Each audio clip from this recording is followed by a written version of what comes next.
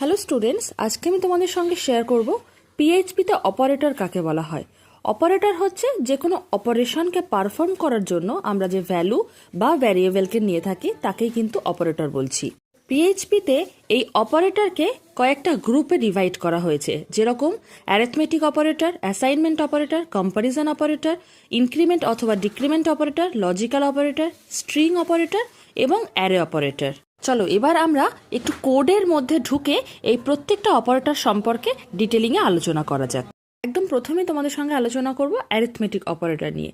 Arithmetic operator হচ্ছে numeric values নিয়ে যে কমন অ্যারিথমেটিক অপারেশনগুলো আমরা করি, যেরকম অ্যাডিশন, সাবট্রাকশন, মাল্টিপ্লিকেশন, ডিভিশন, আবার কখনো কখনো মডিউলাস এক্সেট্রা। তো চলো সেইগুলো নিয়ে আমরা কীরকমভাবে অপারেশনগুলো করে থাকি সেইগুলো একটু ডিটেলিংয়ে আবার শেয়ার করছি। প্রথমেই আমি পিএইচপি শুরু শেষ কোডের মাঝখানে একটা ভ্যারিয়েবল কল করছি, নাম দিচ্ছি এক্স এবং সেখানে একটা ভ্যালু অ্যাসাইন করছি। ধরো রাখছি সেখানে আমি 5 এবং আর একটা আমি ভ্যারিয়েবল নিচ্ছি, তার নাম দিচ্ছি ওয়াই এবং সেখানে আমি ভ্যালু রাখছি 10। তো এই দুটোকে আমি যদি যোগ করি এবং এই যোগফলটাকে রাখছি আমি আর একটা ভ্যারিয়েবলের মধ্যে, তো নিয়ে নিচ্ছি $z equal to $x plus $y। তার মানে হচ্ছে আমার এই এক্স এবং ওয়াই এর যে যোগফলটা সেটাকে আমি অ্যাসাইন করছি কোথায়, জেড এর মধ্যে। এবার যদি এটাকে আমি ইকো দিয়ে চেক করি তাহলে ব্রাউজার পেজে কি দেখতে পাবো, দেখতেই পাচ্ছ চলে এসেছে ভ্যালু 15। তো এইরকমভাবে যে কোনো রকম যোগ বা বিয়োগ এই জাতীয় সিম্পল অ্যারিথমেটিক অপারেশনকে কিন্তু আমরা পিএইচপিতে করে থাকি। তো যোগ তো একটা দেখালামই, চলো এবার একটা বিয়োগ করে দেখাই। তো একই রকমভাবে ওই প্রথম এক্স এর মধ্যে রেখেছি 15, ওয়াই এর রেখেছি 10 এবং আমি ইকো করছি জেড এর মধ্যে ভ্যালু রাখছি এক্স মাইনাস ওয়াই করছি। তো এবার দেখতেই পাচ্ছ একদম সিম্পল, আর কোনো রকম চেঞ্জ করার আমাদের প্রয়োজন নেই। জাস্ট ব্রাউজার পেজে গিয়ে আমি রিফ্রেশ করে দেবো এবং ভ্যালু দেখতে পাবো যে জেড এর মধ্যে চলে এসেছে কিন্তু 5। এবং গুণ বলো বা ভাগ মানে মাল্টিপ্লিকেশন বা ডিভিশন এইগুলো করার জন্য আলাদা করে তেমন কোনো কিছুই এক্সট্রা অ্যাড করতে হয় না।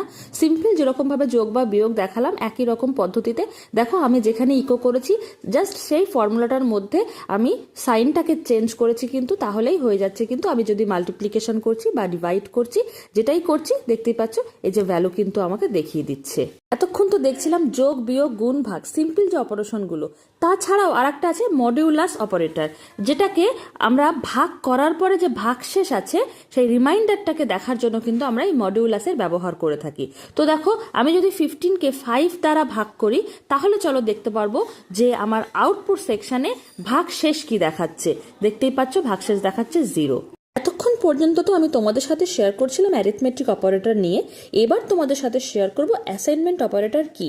অ্যাসাইনমেন্ট অপারেটর হচ্ছে ধরো কোনো ভ্যারিয়েবলের মধ্যে যখন আমি কোনো কিছু স্টোর করছি যেটা দ্বারা বোঝাচ্ছি, যেরকম ইকুয়াল হচ্ছে একটা অ্যাসাইনমেন্ট অপারেটর। যেমন ধরো এখানে আমি এক্স এর মধ্যে একটা ভ্যালু রাখছি 5, তো বোঝাচ্ছি কিসের দ্বারা, ইকুয়াল দ্বারা, সেই জন্যই ইকুয়াল কিন্তু একটা অ্যাসাইনমেন্ট অপারেটর।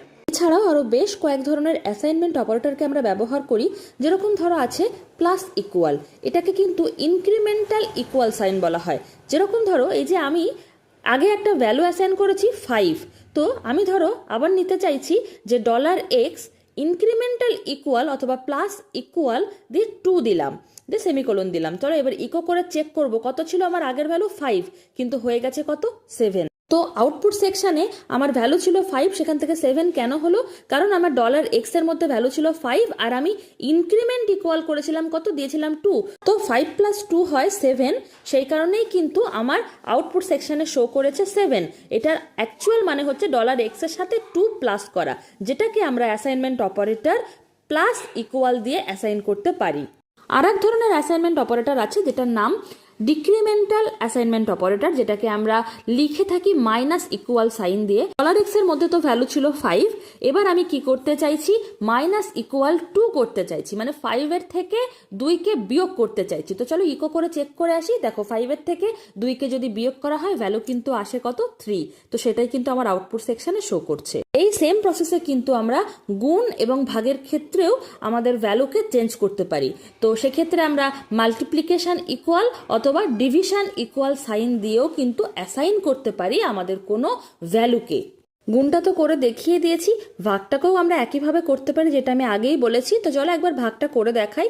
তো আমি এক্সের ভ্যালুটাকে একটু চেঞ্জ করে দিচ্ছি এবং ওই একই রকমভাবে আমি ডিভিশন ইকুয়াল টু 2 করছি। তো 6কে 2 দিয়ে ভাগ করলে কিন্তু ভ্যালু আসে 3। তো দেখতেই পেলে চলে এসেছি কিন্তু আউটপুট সেকশনে আমার রেজাল্ট 3। আর যদি মডিউলাস সাইন দিই তাহলে কি বুঝতে পারবো যে আমার ভাগশেষটা কি আছে। তো দেখতেই পাচ্ছ মডিউলাস সাইন দিয়েছি, ভাগশেষ চলে এসেছে 0। তার মানে 6কে 2 দিয়ে ভাগ করে কোনো রকম ভাগশেষ আসেনি। চলো এবার তোমাদের সাথে আলোচনা করবো আর এক ধরনের অপারেটর, যেটার নাম কম্পারিজন অপারেটর। কম্পারিজন অপারেটর মানে হচ্ছে কোনো দুটো ভ্যালুর মধ্যে কম্পেয়ার করা। তো চলো এবার দেখি সেটাকে কিভাবে আমরা নিয়ে থাকি। তো দেখতেই পাচ্ছ প্রথমে একটা ভ্যালু নিয়েছি 5 এবং তারপরে নিয়েছি double equal sign. Double equal মানে আমি এখানে বোঝাতে চাইছি এই 5-এর সাথে পরে যে নিয়েছি 4, এই 5-এর সাথে 4 আসলে সমান কিনা। আর এই জাতীয় অপারেটরকে নেওয়ার জন্য দেখো সবসময় আমরা এমন একটা কথা বলছি যে এটার সাথে এটা সমান কিনা। তো এইটা মানে হচ্ছে একটা কন্ডিশন আমরা সবসময় কিন্তু এখানে লাগিয়ে রাখছি, আর সেই কন্ডিশনকে স্যাটিসফাই করার জন্য এক্ষেত্রে আমরা ইফ কন্ডিশনকে ব্যবহার করছি। এটাকে কিভাবে নিতে হয় দেখো, পিএইচপি শুরু শেষ কোডের মধ্যে আমরা একটা ভ্যারিয়েবল নিচ্ছি $x ইকুয়াল টু 6, আর একটা নিচ্ছি $y ইকুয়াল টু 4।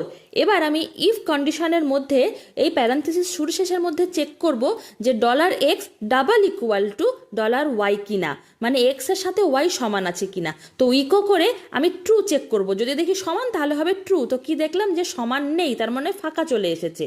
যেহেতু এক্স আর ওয়াই এর ভ্যালু সমান নেই সেই কারণে ভ্যালু এসেছে কিন্তু ব্ল্যাঙ্ক। এবার যদি আমি সমান দিই, ওয়াইটাকে আমি 6 করলাম, এবার কি দেখাচ্ছে যে হ্যাঁ ইটস ট্রু, মানে দুটো কিন্তু সমান আছে। তাহলে আমরা কি বুঝলাম, এই ডাবল ইকুয়াল সাইনকে আমরা কোনো ভ্যালুর সাথে অন্য কোনো ভ্যালুকে কম্পেয়ার করার জন্যই কিন্তু এই জাতীয় কম্পারিজন অপারেটরকে ব্যবহার করে থাকি। আরেক ধরনের কম্পারিজন অপারেটর হতে পারে নট ইকুয়াল। তার জন্য আমরা কি করছি, আগে একটা নট সাইন তারপরে ইকুয়াল রাখছি, আবার চেক করছি এক্স আর ওয়াই সমান কিনা। এখানে এক্স আছে 5, ওয়াই আছে 3, অবশ্যই সমান নেই, সেই জন্য কিন্তু আমার আউটপুটে দেখালো ট্রু। এছাড়াও আমাদের খুবই পরিচিত গ্রেটার দ্যান এবং লেস দ্যান যে সাইন, সেটাও কিন্তু একটা কম্পারিজন অপারেটর। এক্ষেত্রে কত আছে, 10 আছে এক্স এ আর ওয়াই আছে 5। আমি কি চেক করছি যে এক্স কি ওয়াই এর থেকে গ্রেটার দ্যান বড়, তাহলে ভ্যালু বেরিয়েছে কত ট্রু, হ্যাঁ যে অবশ্যই বড়। একইভাবে নিয়েছি লেস দ্যান সাইন, তো আমি কি বলতে চাইছি $x কি লেস দ্যান $y। দেখো আউটপুটে আবার ভ্যালু কিন্তু কিছুই দেখাবে না, একদম ব্ল্যাঙ্ক দেখাবে। তার কারণ কি, কারণ অবশ্যই ছোট নয়। আরও দুটো কম্পারিজন অপারেটর আছে, লেস দ্যান ইকুয়াল আর হচ্ছে গ্রেটার দ্যান ইকুয়াল। দেখতে পাচ্ছ এখন আমি $x এর ভ্যালু রেখেছি 5, ওয়াইও রেখেছি 5। তো 5 আর 5 দুটো কিন্তু ইকুয়াল, কিন্তু লেস দ্যান গ্রেটার দ্যান কিছুই হয়নি। সেই জন্য আমি যখন আউটপুটে চেক করছি তখন কিন্তু ব্ল্যাঙ্ক দেখাচ্ছে। কিন্তু আমি যখন একটা ইকুয়াল সাইন দিয়ে দিয়েছি, দেখো লেস দ্যান ইকুয়াল দিয়েছি, তখন কিন্তু দেখাচ্ছে যে ট্রু, যে হ্যাঁ অবশ্যই ইকুয়াল তো রয়েছে, গ্রেটার দ্যান বা লেস দ্যান থাকুক কি না থাকুক। একইভাবে আমি খালি গ্রেটার দ্যান দিয়ে একবার চেক করছি, দেখো আউটপুটের রেজাল্ট রয়েছে ব্ল্যাঙ্ক, আর গ্রেটার দ্যান ইকুয়াল দিচ্ছি, দেখো আউটপুটের রেজাল্ট দিচ্ছে ট্রু। এবার আমি তোমাদের সঙ্গে আলোচনা করব ইনক্রিমেন্ট এবং ডিক্রিমেন্ট অপারেটর নিয়ে। এটা বেসিক্যালি কোনো সংখ্যাকে বাড়ানো বা কমানোর কাজে ব্যবহার করে থাকি।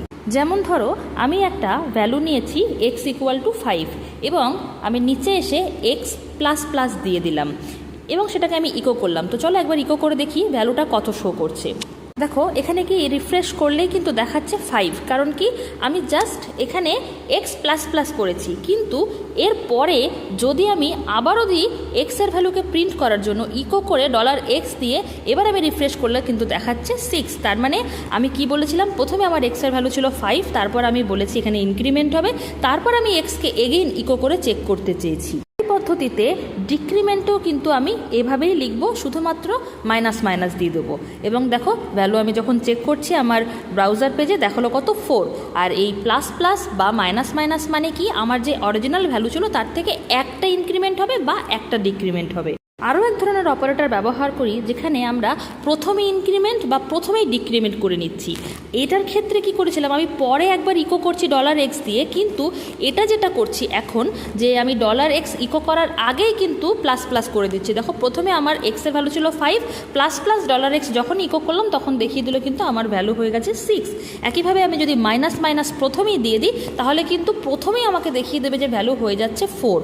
এবার তোমাদের সাথে আমি আলোচনা করছি লজিক্যাল অপারেটর নিয়ে। চলো তাহলে এক্সাম্পলের মাধ্যমে আমরা দেখে নিই। দেখো প্রথমেই আমি লিখেছি কত, যে $x = 5, মানে এই মুহূর্তে আমার এক্সের মধ্যে ভ্যালু রয়েছে 5, আর $y = নিয়েছি 3, মানে এই মুহূর্তে আমার ওয়াইতে ভ্যালু রয়েছে 3।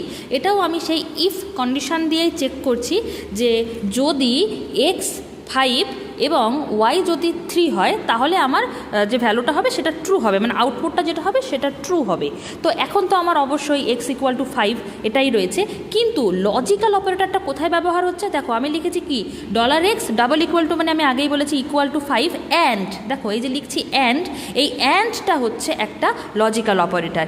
কি বলতে চাইলাম যে $x 5 যদি হয় অ্যান্ড $y যদি 3 হয় তাহলে ইকো করব কত, যে দুজনেই হচ্ছে গিয়ে ট্রু। দেখো সেটাই আমার আউটপুটে শো করছে যে হ্যাঁ ইটস ট্রু। অ্যান্ড ছাড়াও আরও বিভিন্ন ধরনের আমরা লজিক্যাল অপারেটর ব্যবহার করি, যেরকম ধরো আছে অর।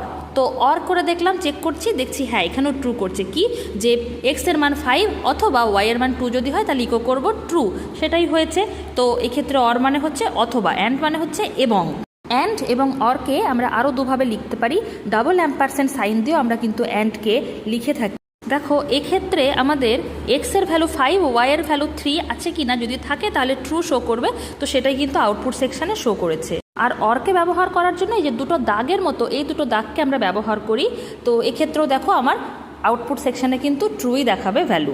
এবার আমি তোমাদের সঙ্গে আলোচনা করব স্ট্রিং অপারেটর নিয়ে। স্ট্রিং ডেটা টাইপ নিয়ে আমি গত ক্লাসে তোমাদের সঙ্গে অলরেডি আলোচনা করে নিয়েছি। আজকে চলো একটা ভ্যারিয়েবল কল করছি, নাম দিচ্ছি $text, এবং এর মধ্যে আমরা জানি স্ট্রিং ডেটা টাইপ সবসময়তে ডাবল বা সিঙ্গেল কোটেশনে রাখতে হয়। তো ডাবল কোটেশনে লিখলাম PHP ভিডিও, এবং আরও একটা আমি ভ্যারিয়েবল কল করছি text1 নামে, যেখানে আমি রাখছি টিউটোরিয়াল।